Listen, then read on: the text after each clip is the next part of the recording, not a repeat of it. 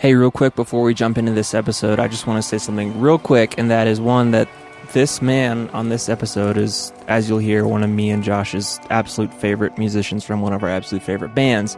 And I just want to make it clear up front that you should go to drewroulette.com to see his art, and you should go to dredg.com to hear his music, and that's DREDG with no E at the end. Make no mistake about that. And we didn't do a good job of clarifying those things in the episode, so I want to do it now. Okay? Drew Roulette from Dredg. Here we go. Well, I've been aching for someone I barely met. Well, I've been begging for something I'll never get.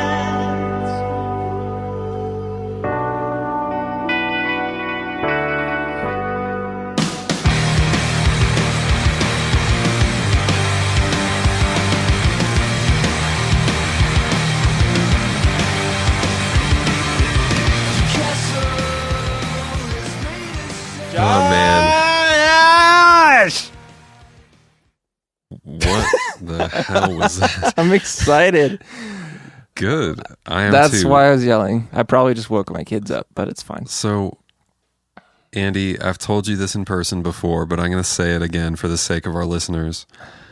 Our guest today, Drew Roulette, bassist of Dredg and an incredibly talented painter. Yep. If I went back in time and told my 20-year-old self that right now I would be talking to Drew, I mean, I would have been flipping out and maybe peed my pants. No, granted, I wasn't.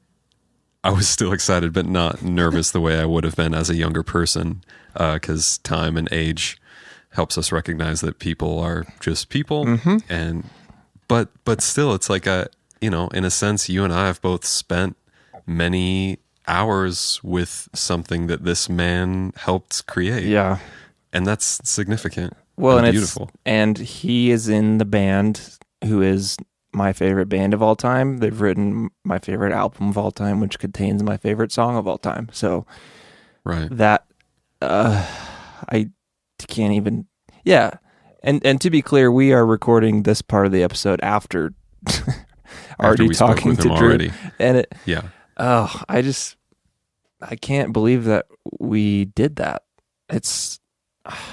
I don't even know what to say, really. The music means so much to me, and in a way, I mean, I don't know if I've said this story on the podcast, but I mean, the music hit me in such a profound way, like nothing did before and nothing has since.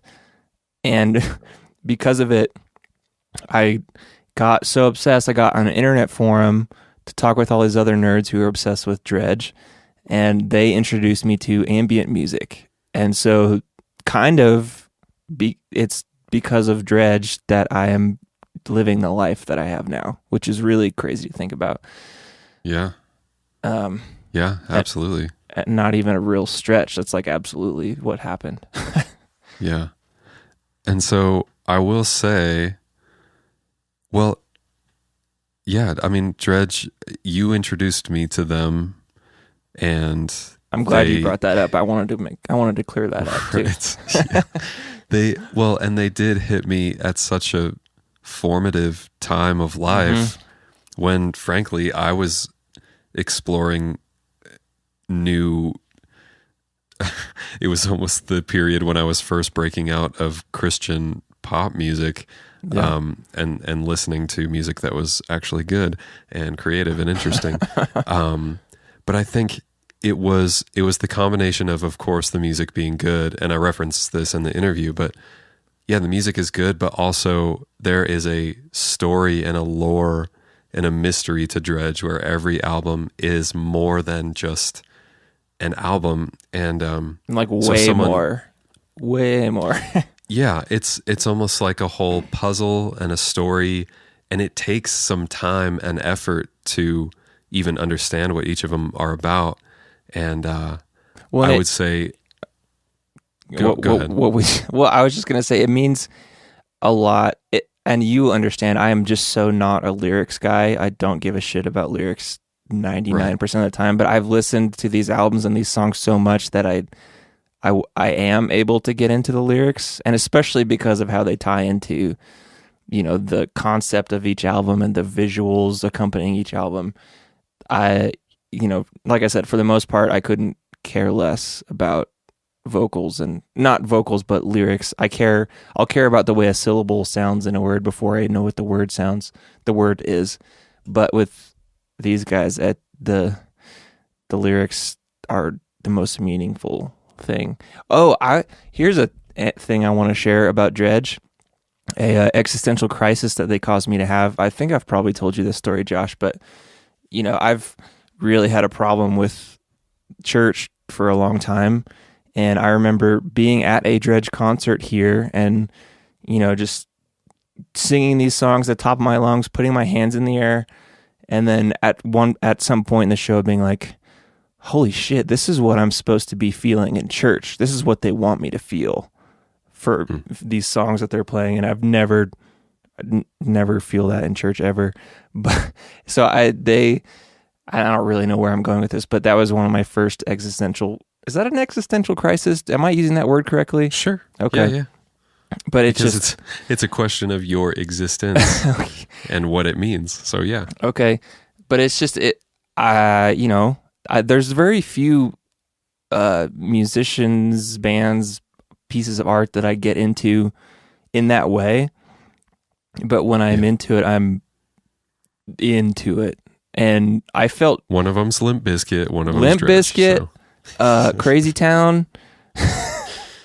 I don't really know where I'm going with that, but it illustrated to me what is important to me, and I felt guilty about it for a little while, and then I came to realize, no, I like what I like, and it doesn't exist a lot of places, and I'm just gonna take it where it does exist and really put myself into it, which is why I went so insane at the Prophets of Rage show a month ago or whatever it was. That's one of the other bands that I do that for. So yeah, there it's still a significant, meaningful, and I would even say spiritual experience. Yes. Yeah, man. But I would just say to our listeners who are perhaps not familiar with Dredg, pause this podcast. No, just kidding. Well, no, I was going to say Dredg isn't a band that you can just go check out a couple songs and be like, oh yeah, I dig that, or I don't. I mean, and maybe you will dig it right away, but it's just, I have tried to introduce other people to it and had their response be like, yeah, it's all right, because they're viewing it just as any other old band that you just kind of give a cursory listen to. And then you're like, no, just wait. It's about sleep paralysis and Salvador Dali, and then they're like, yeah, you need to get away from me right now. And I will say, on the interview, we don't fanboy out quite as much as we are right now, but right. I just and I don't mean to be ridiculous or silly, but there are very few music acts that have meant this much to me, and so it was very meaningful, the fact that Drew agreed to come on the show, and he was way nicer to us than we deserved, and just was a fun and delightful person. And hey, what better way to bring our show into the double digits? This is what I've been looking for this whole damn time. Yeah, man. Stupid single digits. I mean, when we started this 10 weeks ago, did you think episode 10 would be Drew from our favorite band? No, what the hell? Yeah. We thought it's all downhill from here, kind of. No. Hey, stop that. But yeah, I am honestly super happy to not be in single digits. That's just the stupidest thing ever, to only have a podcast with 9 episodes. So here we are. But yeah, it's just a joy to be here. It's great to be alive today here at Ink and Echo HQ. The newspaper presses are running on overtime.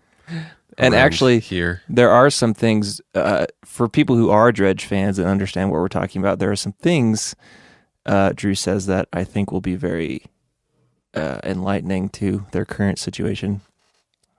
Wouldn't you say? Oh yeah. And let's be honest. Drew was doing us a big favor by coming on, and I Yes. guarantee we're going to have some new people who at least listen to this one only, and probably hit the little 15-second skip button through all this bullshit. They're not right hearing now. us right now.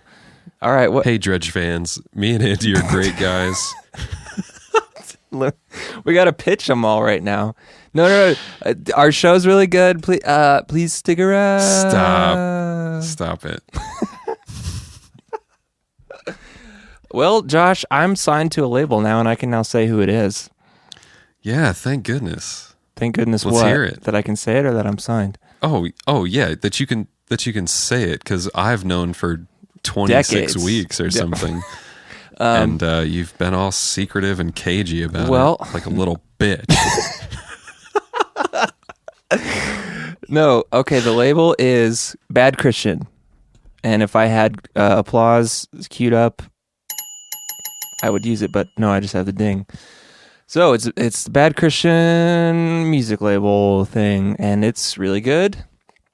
And the only thing I really want to say about it, because I was just on their podcast, I mean, this is coming out not when we're recording it, so last week for people hearing this. And the only thing okay, some people might be confused. It's called Bad Christian.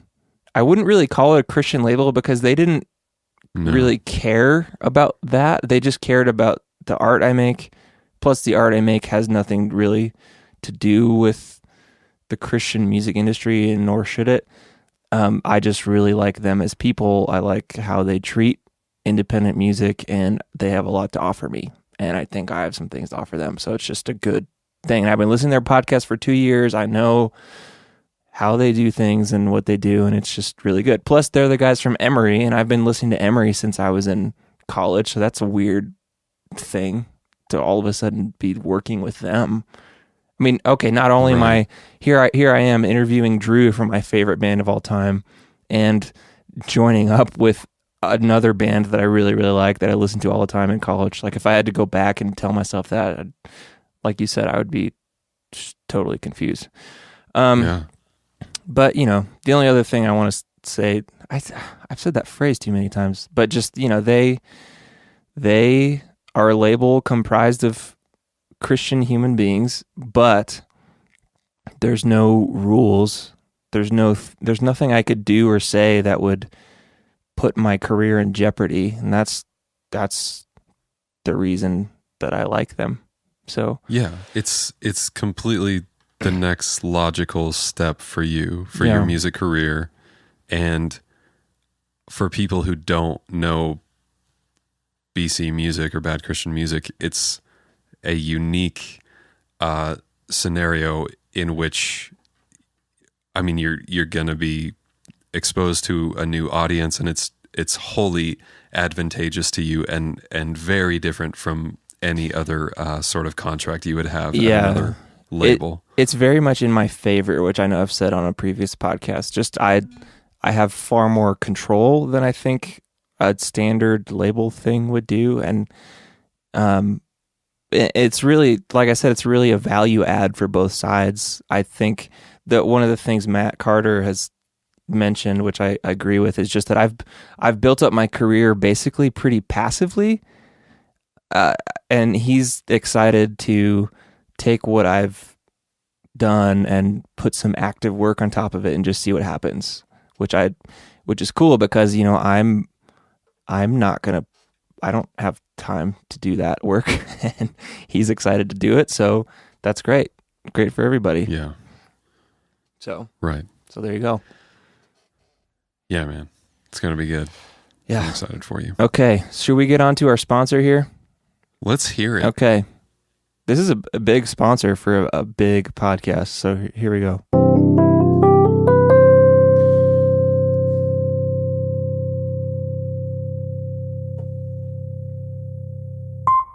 Listen, Josh, on a scale from great to amazing, how do you feel about bowling? I mean, what's the level past amazing? Because that's how I feel. Now, I mean, the only thing that improves the bowling experience is putting down those bumpers in the gutter, right? I mean, it's just you can't lose. You can't lose. Yeah. So We're on the same page on that. I know you know where I'm going with this, and my thought process is, what if we could put that same technology in our semi trucks? You know what I'm talking about? Oh man. Yes, I do. I mean, picture this, and I know you've experienced this. You're driving your semi, and I've got my Flamin' Hot Cheeto themed semi with this Yosemite Sam's on the back, telling people to back the fuck off, right?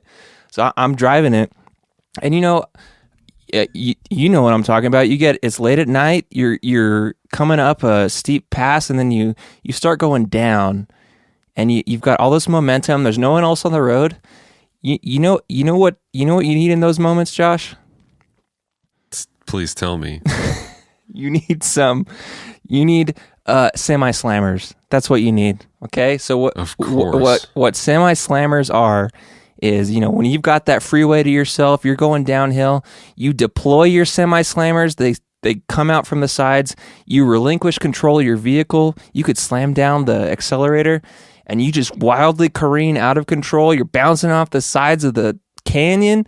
You're just having a good time. You can pull out your whiskey. You don't have to have your hands on the steering wheel. You know what I'm saying? Goodness sakes, it's almost like a self-driven vehicle. You roll down the window and you just say, yeehaw! And you know what? So they're these large, picture this, picture a bouncy house, picture those things that come down on the bowling lane, and I'm seeing it now. Yeah. So just picture it. Almost turns your whole semi rig into like a big pontoon. So you can hit anything you want with your big rig. You know what I'm saying? Incredible. And you can just one problem with truckers these days is needing to stay awake. And I was gonna say, when you drowse off. Yeah, doze off, I should say. What better way to stay awake than just careening down a highway at insane speeds and hitting every single curve and just bouncing around? That'll wake you up, if you know what I'm saying. Sure. So I mean, what a great thing for us semi drivers, and I'm so excited to have them as a sponsor. And so they've got a really special offer going on now. If you go to inkandecho.com/semi-slammers, they'll send you a slammer for your Pogs with the Semi-Slammer logo on it. Ah, yes. So I know. The name conjured. Yeah. That. Of course. Thought, but I was Yeah. Thank goodness they also had the same thing. Yeah, in mind. and what you could do is you could play a game of Pogs, while you're careening down a steep hill on your semi. So you could use both at the same time. Word careening tonight. It's just really apt for this situation. You know what I'm saying? And you don't get many opportunities to use it. And it's in the read that they sent me, so I had to say it a certain amount of times. Of course. They really want to illustrate what you can do with this technology. So, inkandecho.com/semi-slammers, and you can get your not only get your semi-slammers installed on your semi, but get that, the slammer for your Pogs. That's exclusive to us. So can't think of a better deal than that. So thank you, semi-slammers, so much. We're going to careen out of this ad right now.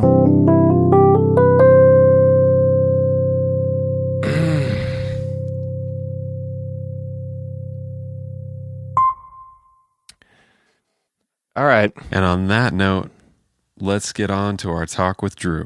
Here we go.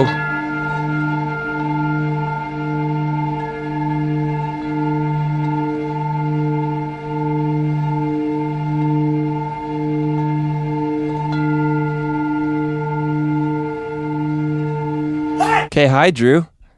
How's it going? You're on the show now. Sweet. I'm Andy, and that's Josh. I'm in Albuquerque. He's in Denver, and are you in Los Gatos right now? Or are you somewhere else? I'm actually in San Jose. I live in San Jose, California. Okay, cool. Yeah.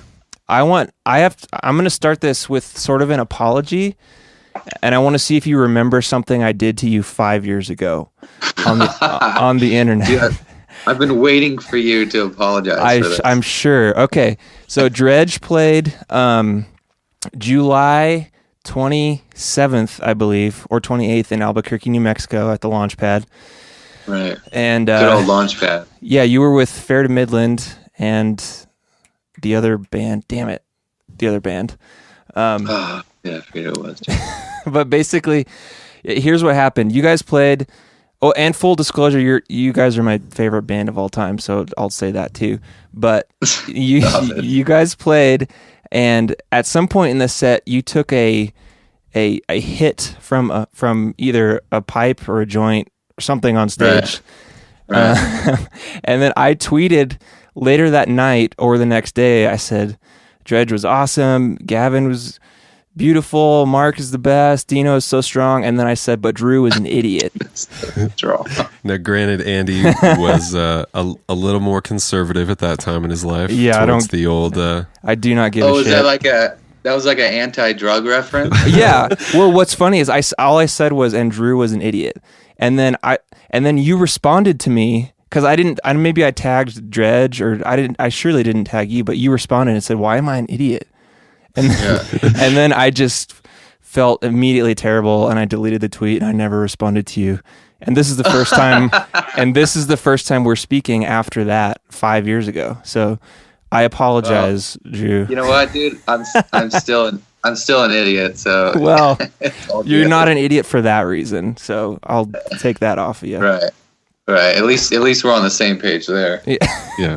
So, Drew, Andy, and That's I. funny though. That's a great story. That's Do you a great way to open not? up on that. Do you remember that?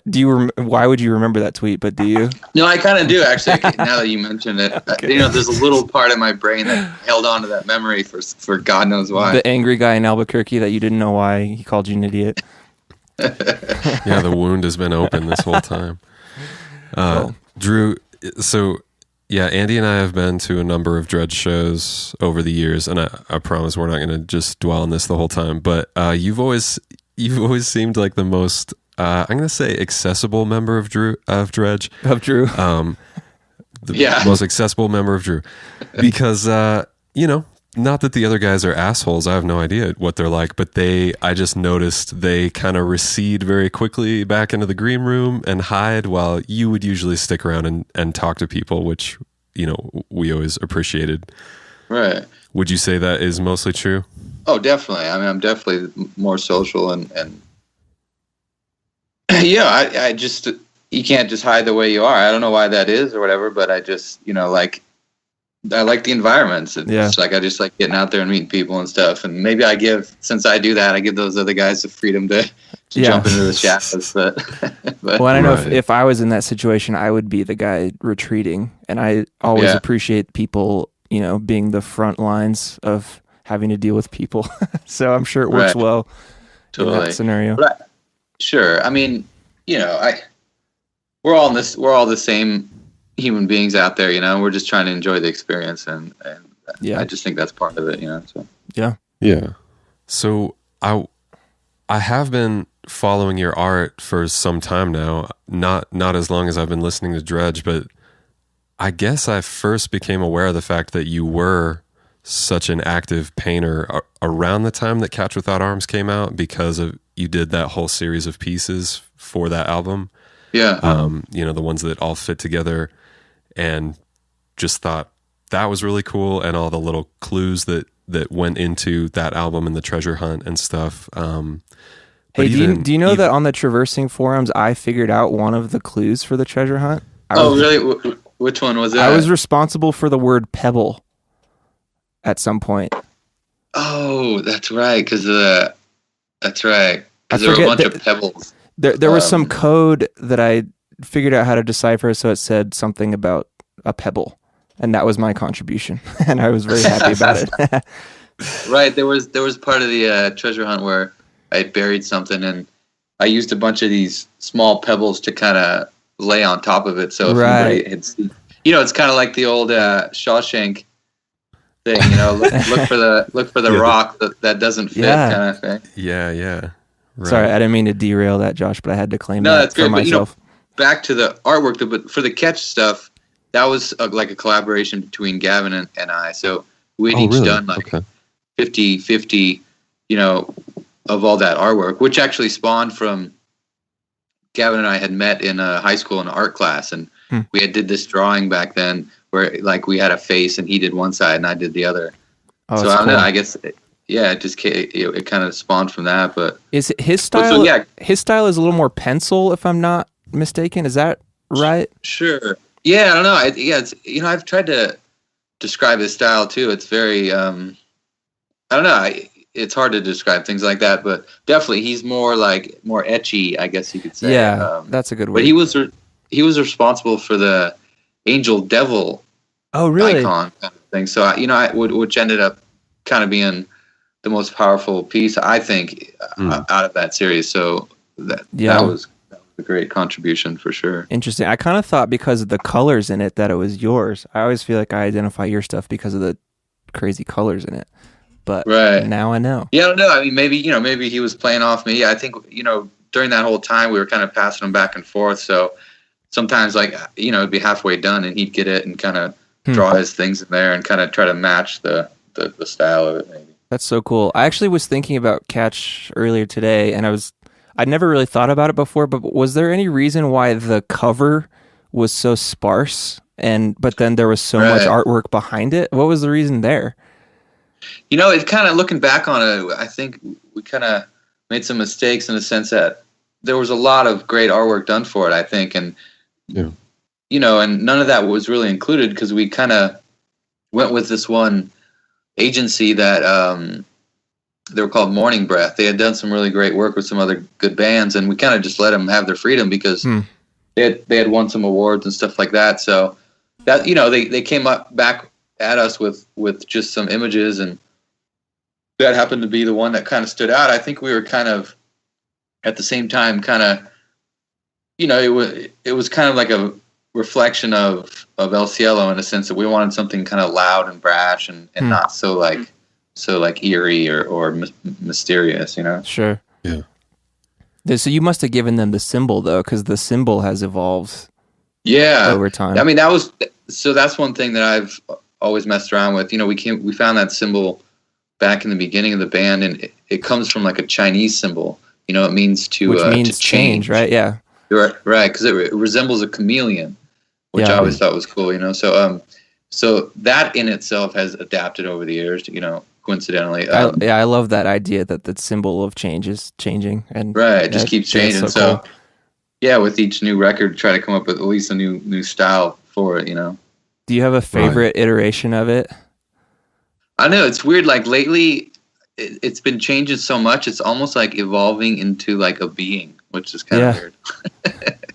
So like, there's some forms of it that I haven't released or anything, but it's almost turning into a chameleon, which is kind of weird. Huh. That's awesome.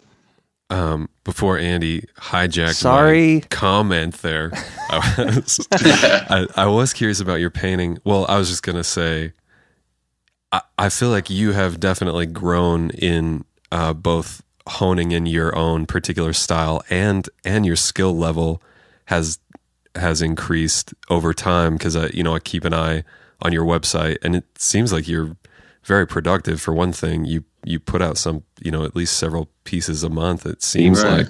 Definitely. But so yeah, I mean, I'm just curious, how do you have you seen that change and growth in your own skill level, or are you happy with the level you're at? Are you always trying to get better, or what's your perception of that?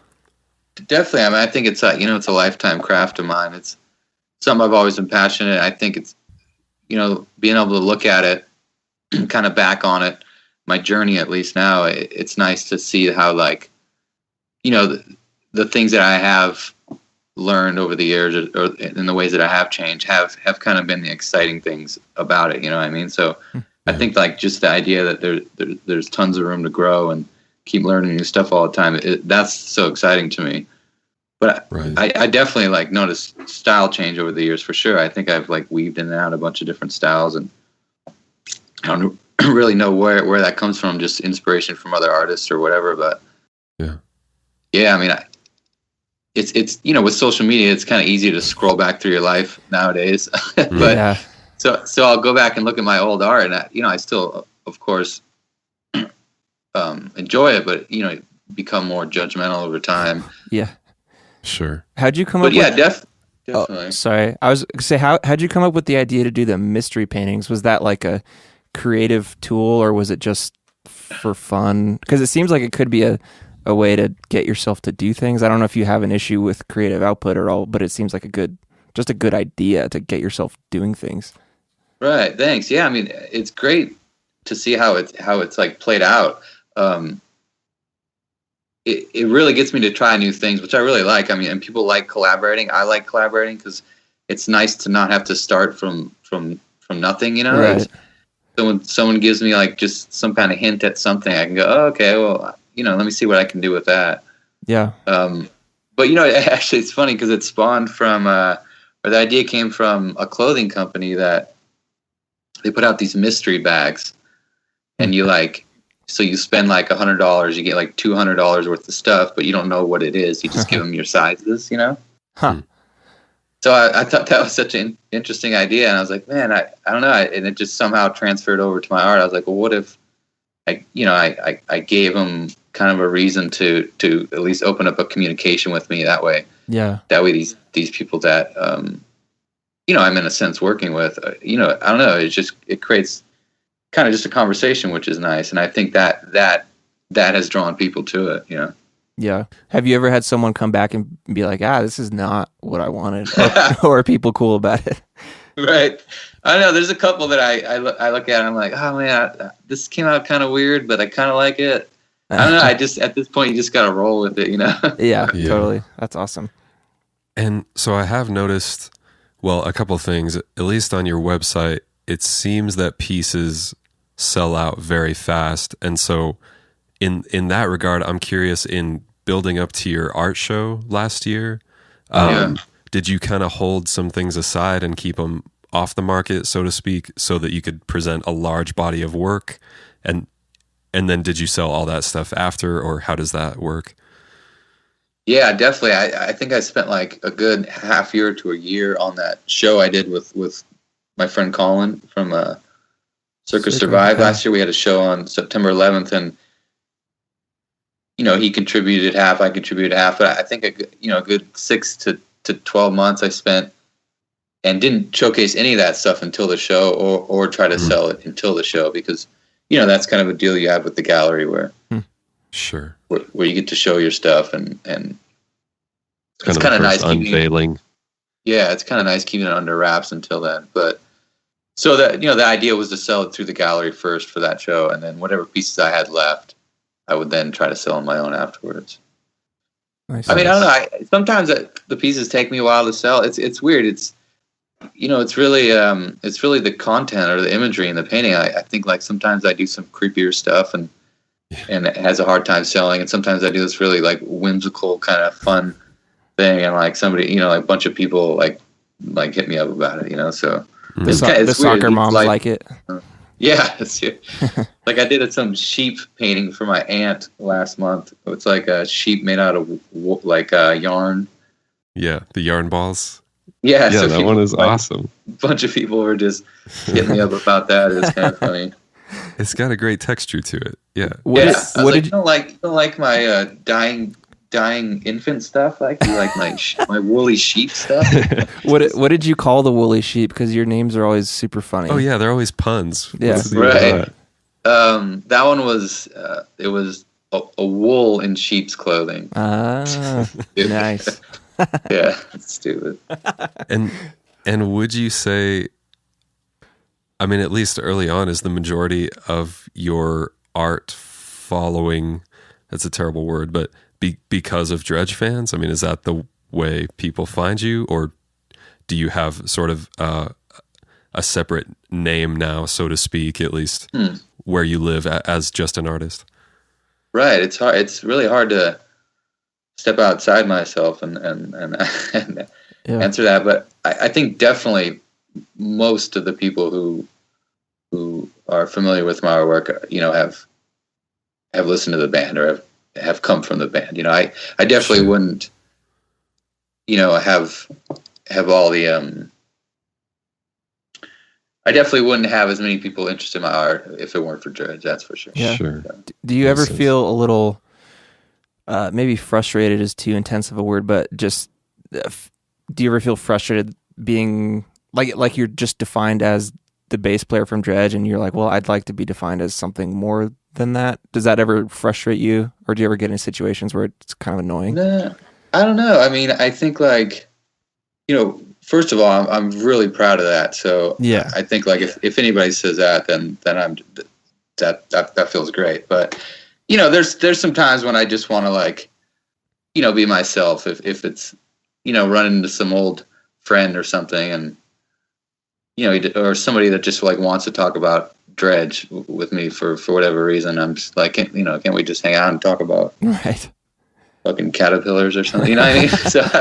So that's the only time it could possibly get annoying. But yeah, but I'm definitely very proud of being the bass player for Dredg. So. Yeah. Sure, yeah.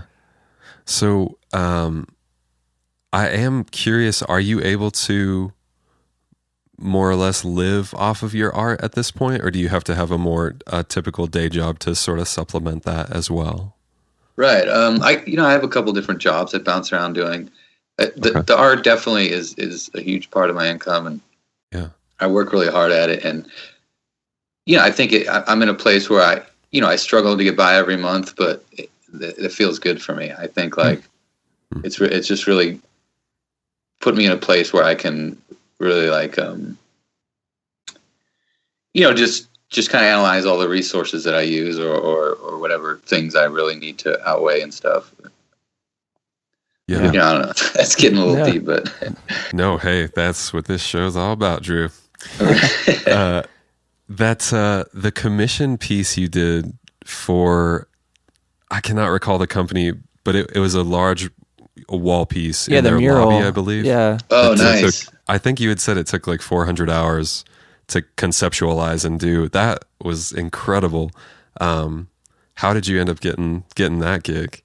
So that was just through a friend who works at the company, and they were looking, for some artwork and some murals and stuff. So I hit them up with some of the ideas I had, and they were pretty excited about it. So they kind of just let me go at it.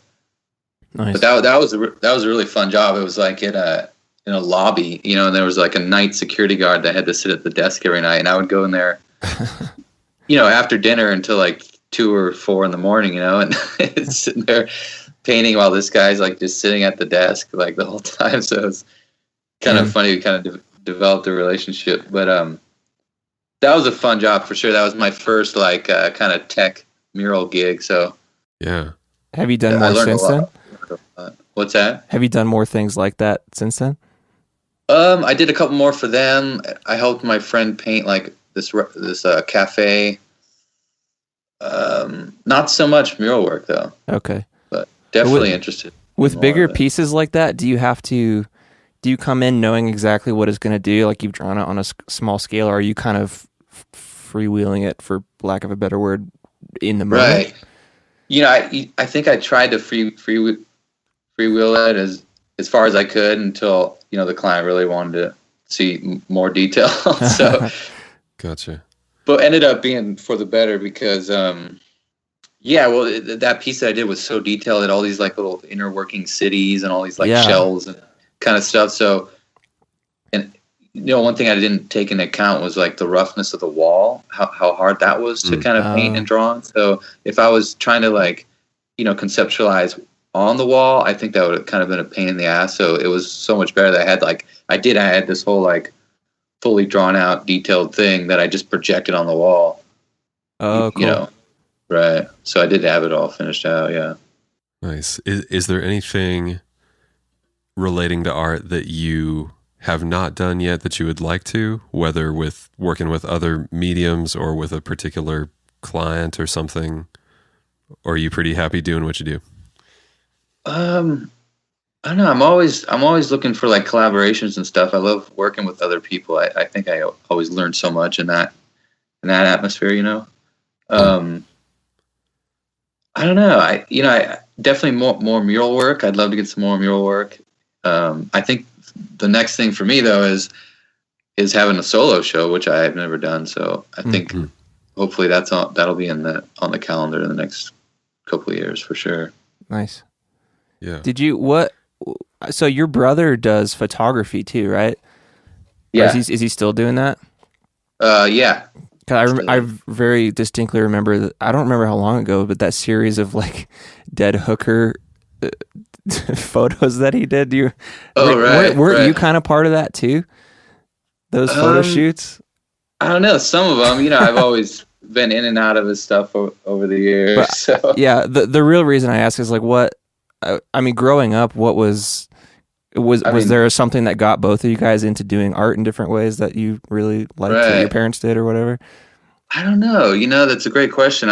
Because my parents, I mean, they think of themselves as not that artistic, but I don't know. My dad was like a big ideas man, and I think I got maybe some of that from him. My mom, like, is a great interior decorator. I don't know. I think that there's an art to that as well. But I don't know. Maybe it was just the environment or something. I think I don't know. I think we grew up in Ohio. Well, I was born in San Jose, and then when I was 1, my brother was 2. We moved to Ohio for like 10 years, and then back to California. And I think that had a big impact on us when we came back to California, because we kind of lived near Santa Cruz, and it was like this like skateboard surf life, And I think with that came like a lot of great music, a lot of great art, and I think it's just like fully opened us up to whatever it was. It kind of gave us a spark to be creative, I guess. I don't know. Yeah, that's cool. And then then came the LSD, and that helped out a lot. So. Yeah, I could see some remnants of almost like skate culture in your work, because skate art, especially at the time you were growing up, was pretty very counterculture, kind of punk rock, grotesque, really colorful. Definitely.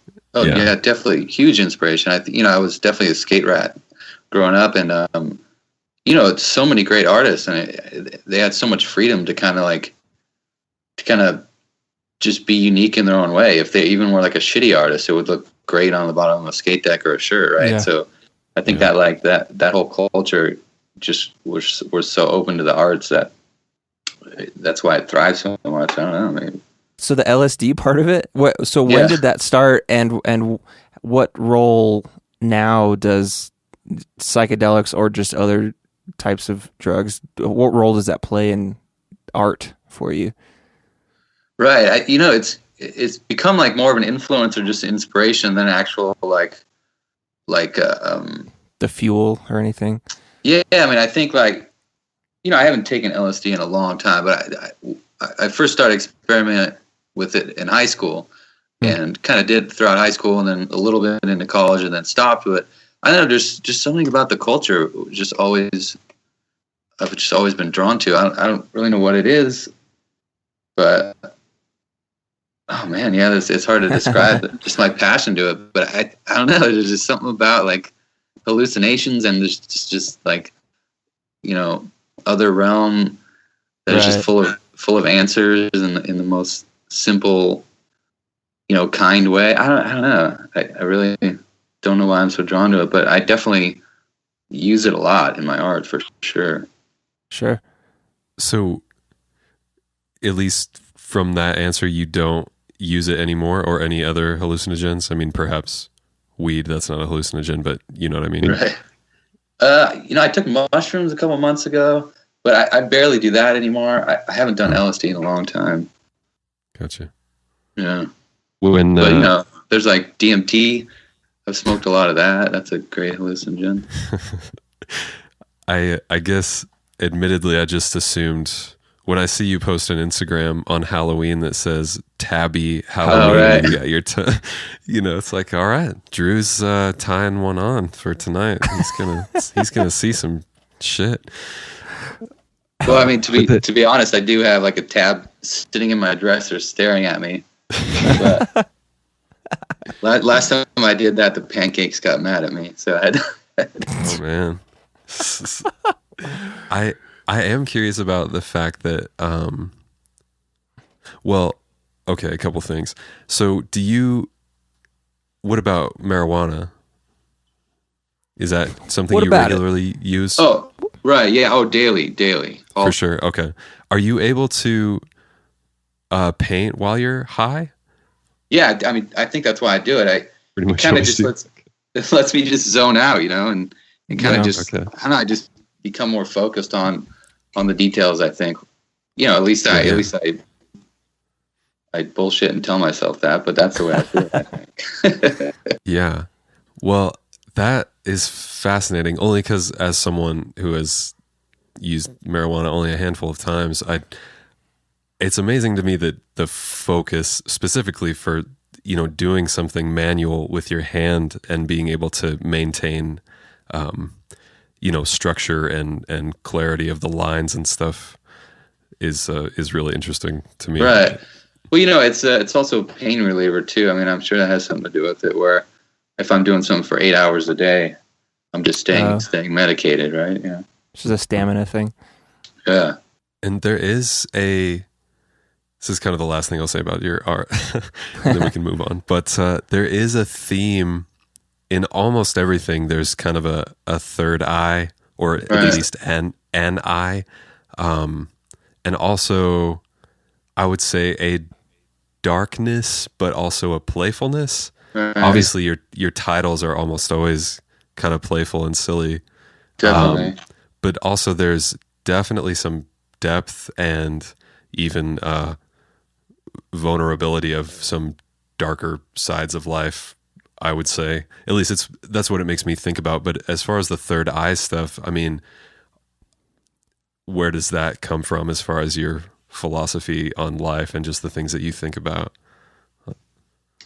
Right. Well, I think it's, the third eye is always kind of represented just transcendence or whatever, in all these cultures. I think it spawns from the same kind of realm as the kind of the LSD stuff. It's all like encompassing in that world, just kind of like the otherworldly stuff where you just really open up and I don't know, hopefully find yourself, I guess.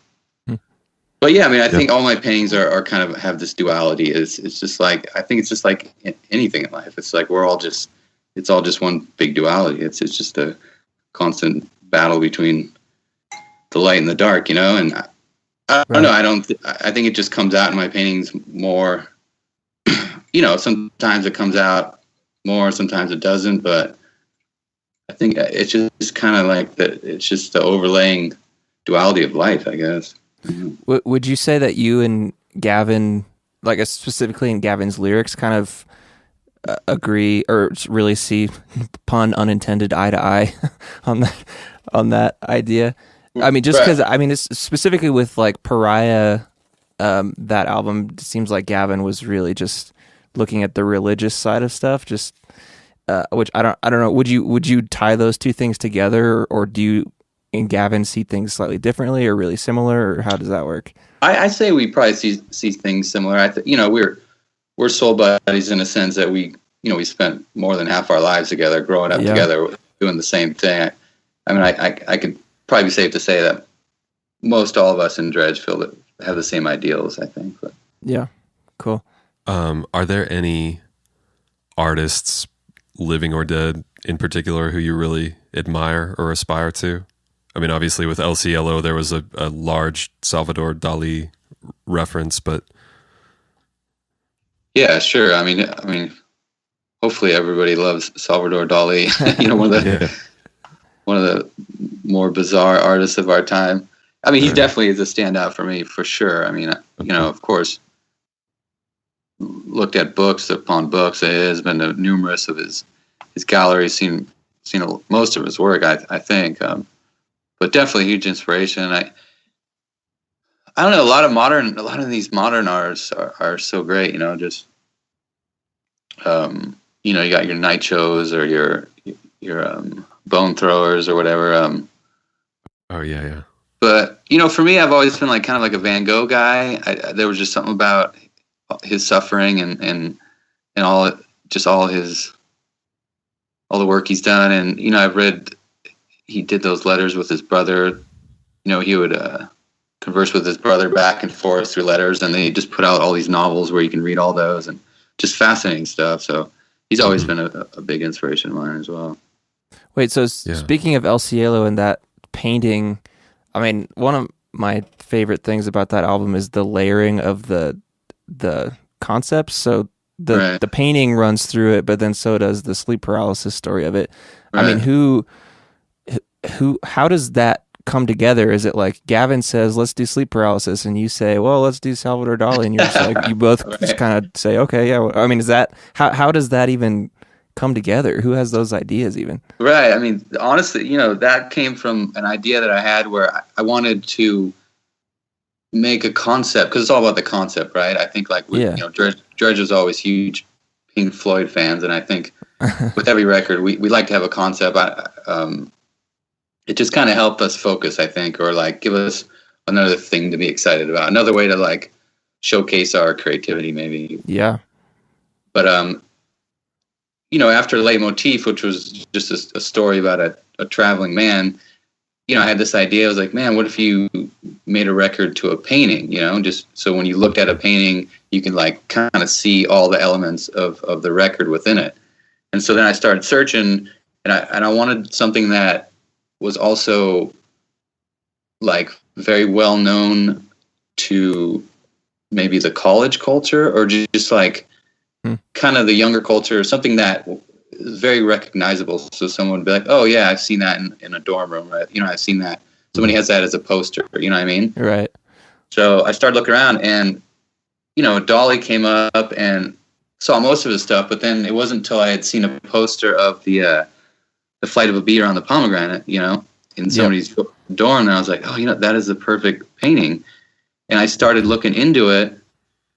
Wait, why did you think it was a perfect painting, though? Because it seems sort of like an obscure one of his. It's not the melting clocks or whatever, Because I think because it had all this imagery in it, right, where there were all these different elements, and it was very ambiguous. So I thought, like, you could kind of like, you can build stories for all these things in your own way if you really wanted to, because when I looked into it, it was about his wife and how she suffered from sleep paralysis. So it was kind of like a dream within a dream kind of sense, and you can always kind of like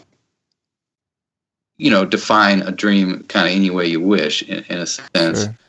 But when I started looking into the sleep paralysis stuff, because I didn't really know anything about that at the time, and this was like when the internet was I don't know, just had started, it's like there were some forums out there somewhere. I think I was barely using email at the time, but I came upon all these sites that had like all these different people suffering from sleep paralysis, and it was all their stories and everything. And I just was like stayed up all night, just like with like the most eerie feeling, just reading all these stories and being like, oh my God, this like exists. This is so bizarre. And so I just thought, back to the duality of things, just those two things together, sleep paralysis and all these, bizarre, amazing stories, and then the imagery of the Salvador Dali painting. It was just like such a great combination, right? So that was from there. Everybody kind of agreed that was a great idea. So at least in its genesis, not to stop your train of thought, it was mostly your concept that you brought to the table. Sure. I mean, just the initial idea, right? But then once you excite people with the spark, then they kind of just take it on their own. But it was great because we're all living in the same house at the same time. So, we were able to focus on all these aspects, all under the same roof. So it was just a great time when all our creativity just like really came together. But, Gavin would take that and he'd, run with some lyrics, and he could think about the imagery or the kind of the paralysis stuff and decide what he wanted to do with that lyrically, you know what I mean? Yeah, that's awesome. Because I didn't write any of the lyrics, so that, it was like collaboration in that sense. Sure. I feel like, I mean, obviously El Cielo is the one that at least the Dredg hardcore people sort of, hold as the masterpiece, and probably because it was maybe the first one that they connected with, because I guess I don't know where I'm going with this, but just Dredg has always been a band that it's not just about the music, that when you start to dig into all the layers and the meaning, the music then becomes 10 times more meaningful because all the little clues and hints, and even even knowing some of the clues and hints, you realize there's still some mystery and probably some answers that you don't know, or things that you guys left ambiguous. Well, I was gonna say something similar to that. It seems like, and I mean, Drew, tell me if I'm wrong. It seems like the concepts got a little more ambiguous later. Like there wasn't. It's like there wasn't just a painting and then an idea of sleep paralysis. It was more, not higher level, but I mean, it seemed like. I mean, again, tell me if I'm wrong, but Catch Without Arms seemed to mostly just be about the concept of opposites. Right. Exactly. Yeah, it was very simple in that sense. Yeah, and then, I mean, how would you define the concept of pariah? Because I mean, I definitely picked up on the religious stuff and the letter to the 7 billionth person. That was like a Salman Rushdie.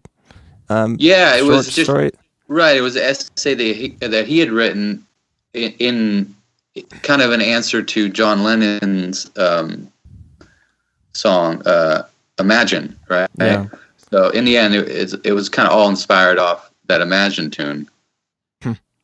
So Salman Rushdie was inspired by the Imagine tune and wrote an essay, and then we were inspired by Salman Rushdie's essay. Right. Right. And it was kind of like a letter to the idea was it was a letter to the 7 billionth citizen who hadn't been born yet at the time. Kind of, It was like explanation, because Salman Rushdie's essay was a letter to the 6 billionth citizen, ours was a letter to the 7th, and it was just kind of like, hey, this is what's going on in the world. Here are these doors. You can run through them if you want, kind of thing. Interesting. Yeah. And I am curious, Drew, I don't know if you ever listen back to any of those albums, but just you being in the place of life, sort of the age that you are, and maybe growth and maturity that just naturally happens, change as a person. Do you look back at Leitmotif and El Cielo fondly, like with an endearing quality, or are you proud of those albums? Are there things you think are weak about them? Yeah, of course. I mean, of course, there's things I can judge, but they're definitely like my love childs. I mean, my love children. I think, with each record comes so many great memories and so many things. Like they're just like little journals of mine or something I can look back on. I'm able to look back as a journal, like in more detail in a sense, because when I listen to these records or I hear these things, I remember exactly, where I was in my life and what we were doing while that was happening, kind of thing. Yeah. So, but even I'm just curious more stylistically, like there was the EP before Leitmotif, right? What was that one called? The Conscious EP, right? Yeah. I mean, it was just that one is that? such a. Have you listened to that? Oh, the rap rock. Yeah. Drew, well, we've been down the rabbit hole of obscure Dredg songs. Nice. Well, I just was curious, just because. I have a very, and okay, I'm going to use the word new metal. I don't know if that makes you cringe or not. But I have a very soft spot in my heart because I went to high school 2000, 2004, which I know is after you, but I don't. There's a lot of bands people shit on that I like. Well, I'm not going to lie, I still actually enjoy that sometimes. But it seems like you started in a very different stylistic spot than you. I mean, you've been changing the whole time, but that EP really, you guys were. I mean, would you say you were a new metal band at that point? Yeah, I mean, I don't know. It was weird. There was some music before that. I don't know if you've heard of some of the stuff before that. It was kind of like more like death rock kind of stuff. Oh no, probably not. Which there was like a 4-song tape that we had put out right the year. Every summer we'd go into the studio and record some. But the one before that, it was like Gavin wasn't like writing lyrics at the time, and I had like a bunch of lyrics that I had written that were kind of inspired by Entombed. If you ever listen to that band. Oh yeah. So there was all these like lyrics about like taking hammers to the brain and kind of stuff like that. So Gavin just like read all my lyrics and put them in the song for us. But he would like yell it like it was like a grunt, like a lower kind of growl, So it kind of like we were so young, it was whatever we were listening to at the time. Right. That's like what we would want to sound like, right? And then so that the year before that summer, fucking Korn came along and changed our lives, So it was like, all right, we want to, make music that sounds like this, but how can we do it in our own way? So yeah, it was I mean, there's definitely some things I look back on and like wow, that was funny, but it was all just a learning process, and just stepping stones to where we got, So right. Well, it's funny because if you remove leitmotif and just said here's Conscious EP and then here's El Cielo, you'd be like, what the hell happened? I mean, because in leitmotif, like Penguins in the Desert, you can hear that new metal stuff probably more prominently than any other part in the album. But I mean, what was there anything specifically that said? I mean, just because El Cielo. I mean, maybe I said this already, but it's as a guitar player and as just a music person, like that album is my favorite thing of all time forever. Oh, and but it's just because of the like spaciness. Like I just wouldn't have even coming. I feel like I sort of get it coming from leitmotif. Yeah. But like what happened between those two albums that made the sound change the way it did? I don't know. For leitmotif, we were kind of still like coming out of high school and writing those songs, and we recorded that whole record like in 10 days in this studio called Brilliant Studios in San Francisco. And it was all like self-funded, kind of just like, do it yourself. Yeah. And I don't know, it had this like raw quality to it that I think kind of like helped define our sound in the end. But, I think like for leitmotif, it was just high school kids writing music. And then El Cielo was like, okay, now we're signed to a major label. Like we're living in this house together, writing music. It was just kind of like, I think we're just kind of maturing as musicians and as people. Were there specific things that you said, yeah, let's not do this anymore? Or, stuff like that? I don't know. Like Gavin, don't scream anymore. Right. That's a great question. Cause I don't think that was ever like a thought or like a statement. I think, I think we always been fortunate enough since we've known each other for so long that we just let each other be who they want to be. And I think Gavin kind of just transformed on his own, and we kind of just we're accepting because we really enjoyed what he was doing. That's awesome. But I think it was actually, there was before leitmotif, it was Orf EP, which was like a 3-songer. Oh, that's what I was thinking. So Orf and Conscious, I've heard both those. Okay, because there was a song on Orf called Kayasuma, I believe, where in the middle, like it broke down and Gavin started singing, right? And that was, I remember being in the studio because we didn't know like how. Sometimes we would record the songs and Gavin wouldn't be fully done with the lyrics or anything yet, so we'd kind of like sometimes do it on the fly in the studio, right? So that song happened, it happened to break down. We really didn't know what he was going to do, and then he was in the vocal booth and he just started singing. And at that point, we had really never heard him sing. It was always like yelling or grunting before that. So we all looked at each other. We're just like, what the fuck? This guy can actually sing? Like, it was crazy, dude. So I think like, that was his first step into that world. And I think he realized like, okay, I think I can do this. So he started just building confidence from there. And that's awesome. Yeah. And I love his voice so much. It's definitely one of my favorites. So you referenced Drew being on a major label for a time, and that was I'm just Interscope, curious, right? was it a, well, we've all heard horror stories about major labels. I mean, was it a nightmare being on Interscope, or was it? And we've heard the song "Catch Without Arms." Yeah. Nice. Totally. And even recording "Catch Without Arms" with Terry Date. I mean, what was that whole time of the band like?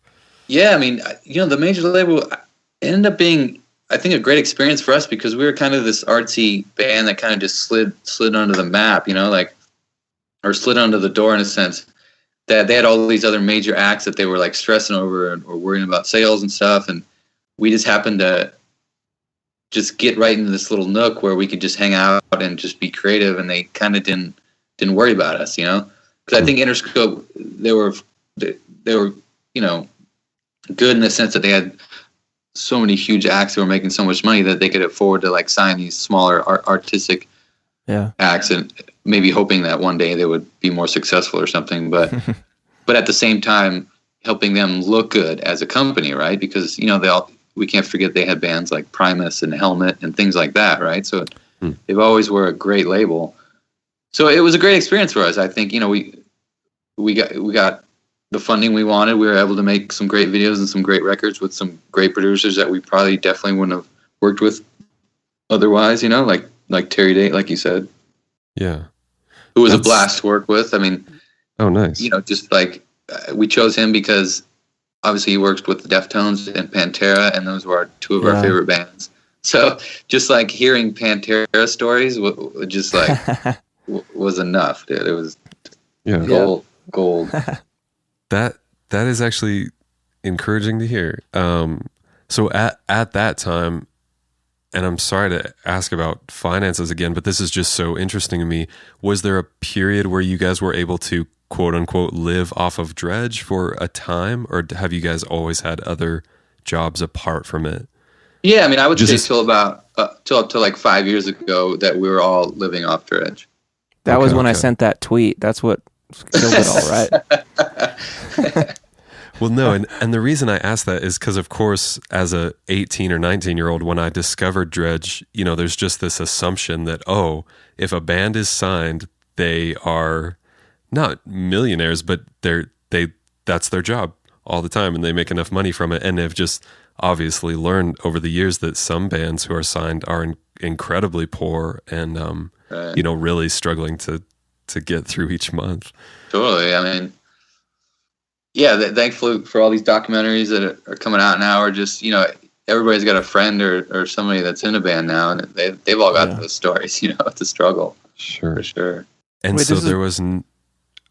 Hold on, Eddie. Okay. Sorry. Damn it, let me ask this. So at Interscope, was there any experience of, I don't know, them, and it sounds like they just left you alone, but was there any pushback as far as the creative, artistic side where they wanted you guys to change things or take something out or be more commercial? I think like with Catch, they wanted to have, more songy songs. I think we worked on that, and you can tell by listening, there's definitely more straightforward songs. And like you referenced before, the actual Catch, those lyrics, so that was kind of in response to that. But yeah, I mean, I think like they let us kind of develop on our own for a while, and then in the end, there kind of just wasn't enough sales on our end for them to hold on to us, and they had tried to get us to write more songs that they thought could work commercially, in the end for the Pariah record. I mean, we wrote most of those songs with Interscope, and then in the end they said, no, I don't think it's going to work. So they were like that free DVD we gave away at Best Buy just didn't launch you guys into superstardom. Did you? I still have like 10 of those. I found them a couple weeks ago, and they still have the stickers on them, and it literally says 1 penny. And I went to Best Buy and I bought all of them because I was like, whoa, this is awesome. And then I was like, wait, I shouldn't have done that. Like this was promo. Why did I just go keep other people from discovering? So again, my fault probably for you guys. That's all right, dude. So on to Pariah, since we're kind of going album by album here, that felt to me like the purest iteration of you guys. It was kind of a distillation of everything you had done up to that point, of all the styles, and just I thought that it communicated a sense of freedom of creativity, as in I mean, not that El Cielo didn't or Catch, but it was sort of just like there were no boundaries with Pariah, and every fucking song on that album is so solid. So it really is a beautiful thing, and that's probably the one I've given the most re-listens to. So anyway, just there's that thought. And right. No, I mean, you're right though in a lot of ways. I mean, I think coming out of Catch, where we had these more song structured, kind of formally structured things, we definitely wanted to kind of revisit the El Cielo realm, whatever that means. So there was a lot more freedom and like depth and room to breathe with that Pariah record. And I think just the fact that you went back to those little interludes, right? I remember when it came out, I was like, oh yeah, they're doing that again. Was that nice? Yeah, you can finish your thought, but was that your idea, or who's always doing those little interlude things? I don't know. I think in the beginning we just like had so much material, and I think they got. I think it came together on that Orph EP. There was like the song in the middle that was like a little instrumental. Yeah. I think they just came from like being musicians. You just have a bunch of like weird shit at your house, right? You just have all these weird instruments laying around, and you're like, how can we fucking fit that somewhere? Well, we can't put that in a rock song, so let's write a little weird ditty so we can make that instrument work. That's awesome. Right. Yeah, I mean, that's exactly what happened. So I think like every time somebody like, hey, look, I got an accordion. Oh, fuck. All right, let's write a song with an accordion. Hey, I got a lap steel. I'm gonna use a wrench on it. Exactly. Yeah. Yeah. And Sorry, I so totally derailed that. Go ahead. Oh no, I think we were just talking about Brian. How there was a lot more room to breathe, and it was just coming out of, just coming off a major label. We kind of felt like, all right, well, we can definitely make the record we want to make now. Yeah, I don't know. Yeah, I think we're, again, back to the mature thing. It was just, we were finally at a place where we had a couple records under our belt, and I think we just knew what kind of musicians and what kind of songs we wanted to write, Yeah. Yeah. And then we fucked it all up with the Squeezy one. Hey, we'll get to that. I was just assuming that this podcast would end after we talked about Pariah. No way. So I am curious as to the weird instruments. You, at least from things I've observed on stage, you've dabbled in like tearing apart children's electronic toys and Circuit bending. Circuit bending. Circuit bending, yeah. Is that correct? And you still do you still play around with that stuff from time to time? I love that kind of stuff. My friend started building it while we were on the road, my bass tech, so he was always like kind of messing with keyboards or different like pedals and stuff, so it was just like, they were always like fun little toys to play with, and it works out when you have some dead air in between songs. All right, I'll just play with this kid's toy for like 30 seconds. Now that I think about it, I feel like that song "Are You Okay"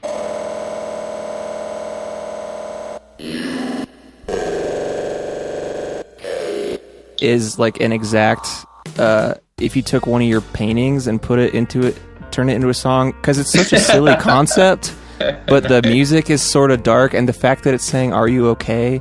like as a question. Right. I'm just thinking of that now, but it's like it's actually totally embodies what it feels like your art is in a weird way. That's great. I love it. So yeah, Drew, there was, hey, just full disclosure, Andy and I totally enjoy Chuckles and Mr. Squeezy, but there was a surprising amount of backlash on the old interweb from that, and I mean, that's got to be shitty on some level. Were you level. joking earlier, just a minute ago, about Chuckles, or no? I don't know. Wait. What you just said about Chuckles? That the podcast is going to end before we talk about it? No, that you said it was like, what did you just say? You said it was like a failure or something. Oh, that we fucked it all up. Like, oh, yeah. Do you really believe that? No, I don't. I mean, I don't know. It's man, that, it's such a weighted question. There's so many different things to talk about that record. I don't think we fucked anything up. I just think that if anything, we should have described, our the idea of it a little bit more. I think because in the end, it was just more of a collaboration, right? I think if we had named it something else, then it would have been perceived differently, I think. Yeah. Because I think I've read interviews with maybe you or definitely Gavin saying that specific thing, that who was the guy you did it with? Dan the Automator. Right. Yeah. Well, I mean, surely my assumption would be when you guys put it out, of course you were proud of it, and it was the music that made sense to you to make at the time. And I mean, I hope that sounded weird. I hope you're still proud of it. But I just feel like the people who shit all over it, it's like, I mean, if you guys can't absorb a band changing or going through progressions, then that's fine. Just listen to their earlier ones. But I just feel like there was no reason for the amount of sort of hate that was thrown at that one. It is a big left turn, but right. and admittedly, it took me a number of listens to sort of appreciate it and to just absorb how different it was. But dang, I mean, it still feels like you guys. Yeah. There's I mean, I would say, there's some good and bad parts. There's songs on there that I don't really like that much, and I can't really say that about a lot of Dredg songs, For whatever reason, I think it's definitely like the record that I like the least, if you want to call it a Dredg record. But that's why I have a hard time really calling it that, because it was such a collaboration that it almost it doesn't even feel like it captured most of the essence of what us four as individuals can do, So it's kind of weird when I talk about it, because I can't really put all the blame or put all the love in one part of it, because it's not all up to me, It wasn't all up to me. I don't know. I was just gonna say, did the reception to that album have anything to do with the reason that you have been on a break for so long after that album? Oh, I'm sure it had something to do with it. I think, I mean, we've been doing this for so long. We met in high school. We've been a band ever since. We got signed. We started traveling together. I mean, at this point, we had been doing it for like 15 years or something. And it just seemed like, it was a progression all the way up until that point. And then it kind of like took a dive a little bit. So it was a good time and we were at the right point in our lives, age-wise, maturity, whatever, to kind of like, all right, well, let's just step back and like, let's live our own lives for a little bit, right? Because and Dino said, I'm gonna go hang out with Chino for a while. You guys, the Chino and Dino show. Yeah. But I don't know. I think like in the end, it'll make sense if we do end up putting out another record. Like, I think it'll feel all that more comfortable to us and maybe our listeners. Yeah. Because it'll be exactly how we want it to be. It'll be exactly. So then what the next question is going to be, right? Yeah. So what are you doing now? And I say that so lovingly, because even if you guys just did, like a couple years ago, you did those shows in San Francisco where you played each album through each night.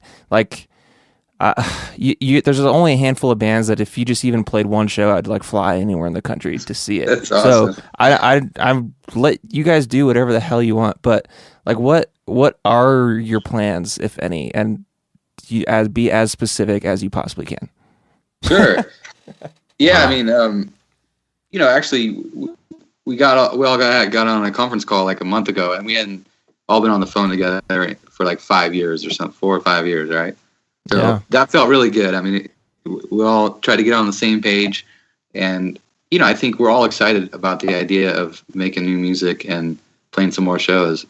So, we're trying to make that work for next year. I think just people have to work it into their schedules now, and that's a little bit harder, but we're definitely all very passionate about it. We're all great friends. It's not like we ever broke up or, hate each other or fucked each other's wives or anything. So like we're in a good spot, and I think like we've had enough time away from each other to kind of grow, and I think it's going to be great when we do get back together and start making new music.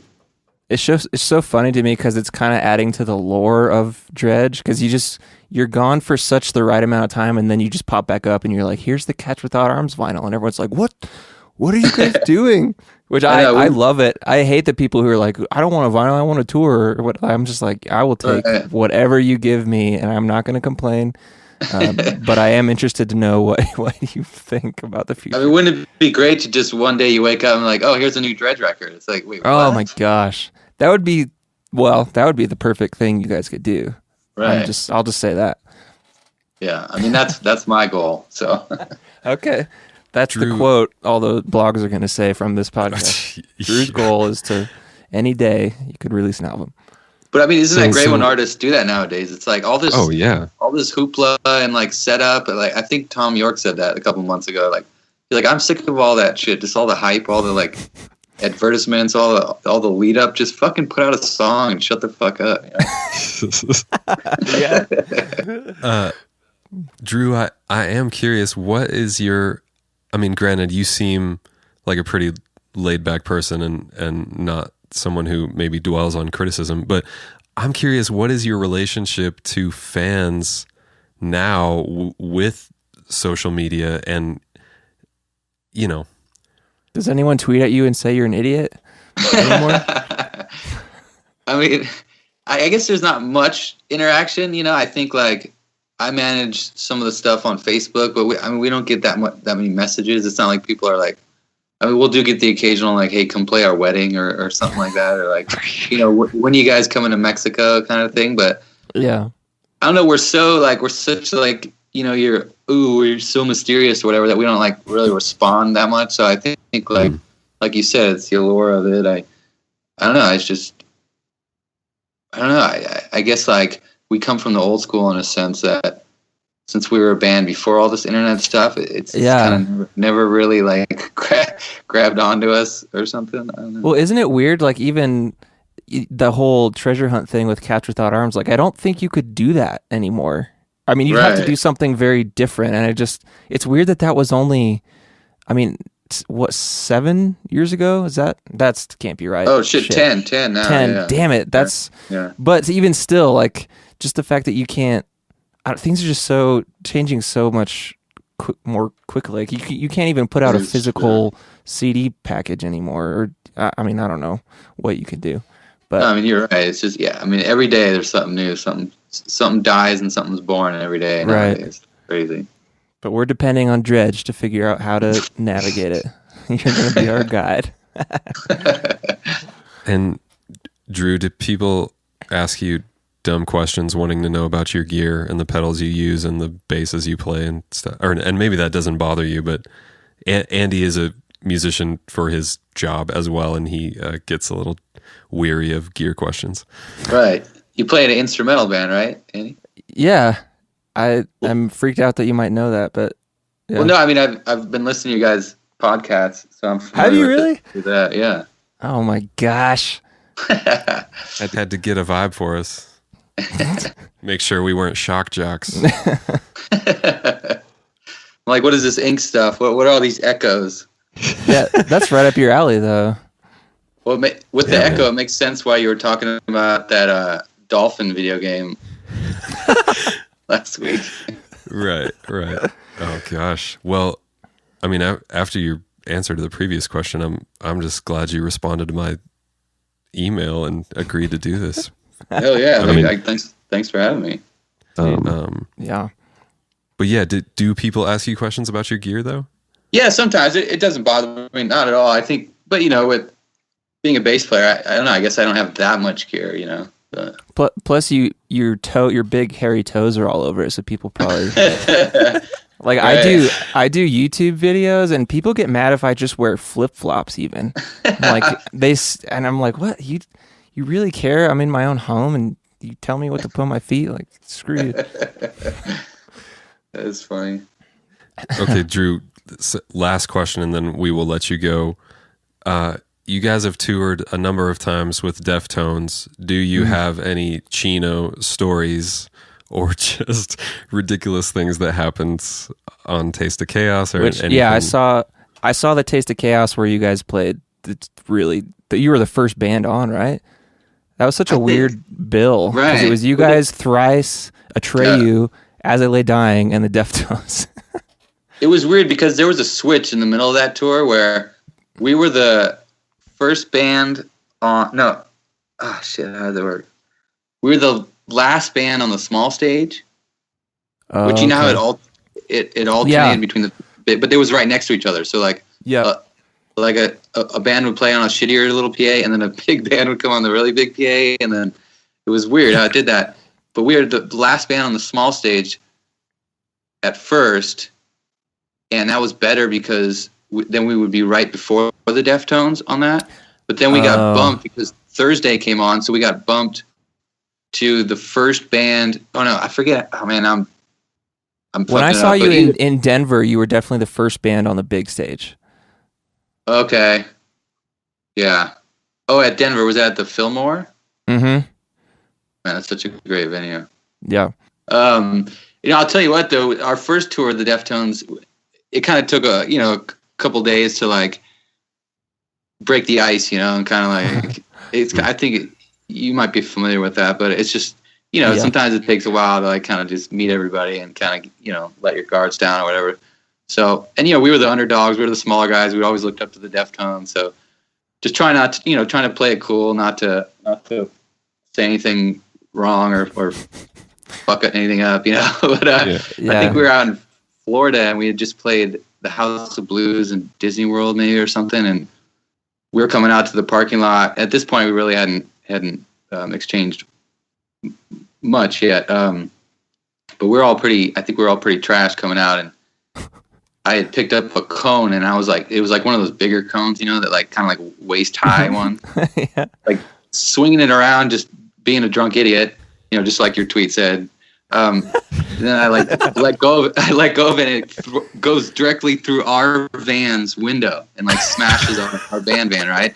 And the van like was the only thing in the parking lot next to the Deftones bus, and we didn't know this, but they happened to be like watching us through their van windows, like, oh, here come those, those Dredg guys. Oh, what the fuck are they doing? And all of a sudden, like, the cone goes through our whole van and it just explodes, and like they just like all come out and they're just like applauding. They're like, oh, you guys are awesome. You guys are awesome. And then you were in. Yeah, whatever happened, that broke the ice, so it was all good. You broke the window and the ice at the same time. Right. Nice. Well, dang, Drew. Thanks for coming to our podcast an hour late, man. It's great. Well, hey, Josh, Andy, thanks for all your support over the years, and thanks for having me on this. It was truly a pleasure. Oh, yeah, it seriously means a ton to both of us, so yeah, thanks, man. Awesome. Yeah, yes, absolutely. All right, take care.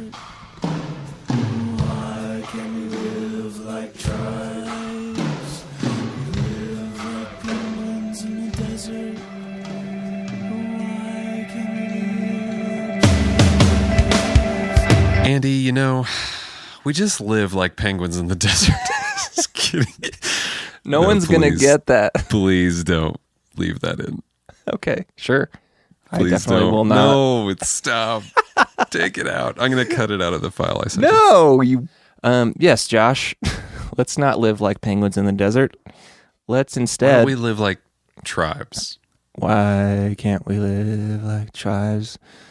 No, dude, we've both had too much alcohol. We need to cut that. No, we've had too much because we sound dredge stupid in our lives, which is not even a thing that can happen. Wasn't that good? Well, yeah. Answer my question. Yeah. Wasn't that good? Oh, I had a fantastic time, and just knowing the fact that in my assumption, this episode will draw some Dredg fans because Dredg is larger than the entity that we are. Mm-hmm. I think that will be satisfying for their, at least a large amount of their questions about albums and what's the future of Dredg. And yeah. It's just nice to know they're not totally done. Yes. Oh my gosh. Yeah. I was serious when I said, if they announced a show in San Francisco, I would just, like a one-off, I would figure out a way to make that happen. And there's not many bands I would do that for. So yes. This was the first interview we've done with somebody who was not someone one of us know. Right. Did you feel like the vibe was pretty different? I mean, we can't kind of just jump into really deep stuff. I mean, there was kind of a lot of, I don't know, like I don't know where else we could have gone necessarily without freaking him out. Maybe, I don't know. Sure. Yeah. In a way, it was really natural just because I had so many questions surrounding Dredg and surrounding his artwork, which I genuinely think is fantastic. But yeah, I felt some hesitation in myself that I wanted to ask him some deeper things about life and his own thinking and worldview, and I just kind of wimped out and didn't do it. Yeah. Well, next time. Because we're pretty damn honest on here, and we don't want to scare anybody away. Yeah.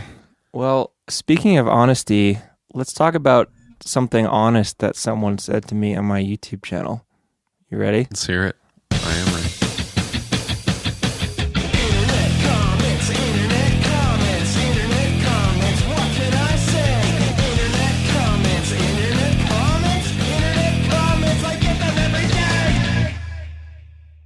I can't believe that I just played that song after talking about Dredg so much. That sounded kind of embarrassing this time around. Just roll with it. It's our thing. This is our hashtag brand. All right, this is just a stupid comment. It made my wife mad, more mad than me. This was on just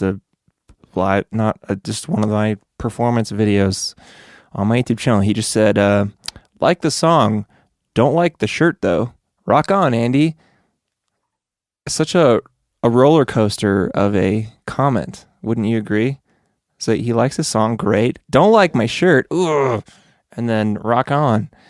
Why did that make Megan upset? Because she just gets mad when it's just so... this is just unnecessary on just a dumb level. Like, it's not unnecessarily on like a creative level. Like, I didn't like what you did creatively or something like potentially meaningful. It was like, I don't like your shirt in your video. Like, that stuff drives her nuts. And it just goes, we've talked about this before, but why do people say things on the internet? Why talk about my shirt? Who cares? And Josh, Yeah, tell me about the mind behind this guy. That's your specialty in this segment. It is, because I have a much softer heart than you do towards these people. Mm-hmm. Well, yeah, that was a dumb thing for him to say, and it goes back to what I've always said, is that he's looking for attention or some response, and that... Do you really this time? Do you really think that's the case this time? Talking about my shirt? Might just be an incredibly immature person. Yeah. But, yeah, it's just... like, keep it to yourself, man. I mean, yeah. Who cares at all? I guess we do, because here it is. Well, I don't really have anything else to point out there. But you know what I do want to point out, Josh? I want to point out the fact that you need a segment. I don't want to do this segment every week. And I want Perhaps you to I come do. up with a segment, and you make a dumb theme song, and you do it. What could it be? Off the top of your head, what could your segments be? A serialized short story. Sure. That'd be kind of interesting. Although that'd be very me-centric and not very interactive. Yeah, these internet comments are definitely not me-centric at all. I don't know. I'm not too worried about it. It doesn't appeal to me that much to have a segment. Why? Because I'm just such a humble person, Andy. Shut up. We're doing a podcast. I know. No, I'll think about that. I'll dwell upon it, Andy. Okay, and see if I can come up I with would like to just idea. have a little trade-off, you and me. Some weeks you, some weeks me. Dang I it. think- You know what? What, Hold did you on. just have an idea? No. I forgot to ask Drew a certain question, which was, so if you recall, the liner notes and leitmotif were a short story, Yeah. and Oh, Drew you missed it. wrote that. Oh, shit. That was a slow ball pitch, and I missed it, Andy. Doggone it. Let's get Drew back on the phone right Let's now. see if he's still on Skype. Well, well, Dredge listeners, you'll sorry. just have to come back for the next one in 50 episodes. They're not listening to this part either. You never know. Hey, anybody on the traversing board, shout out.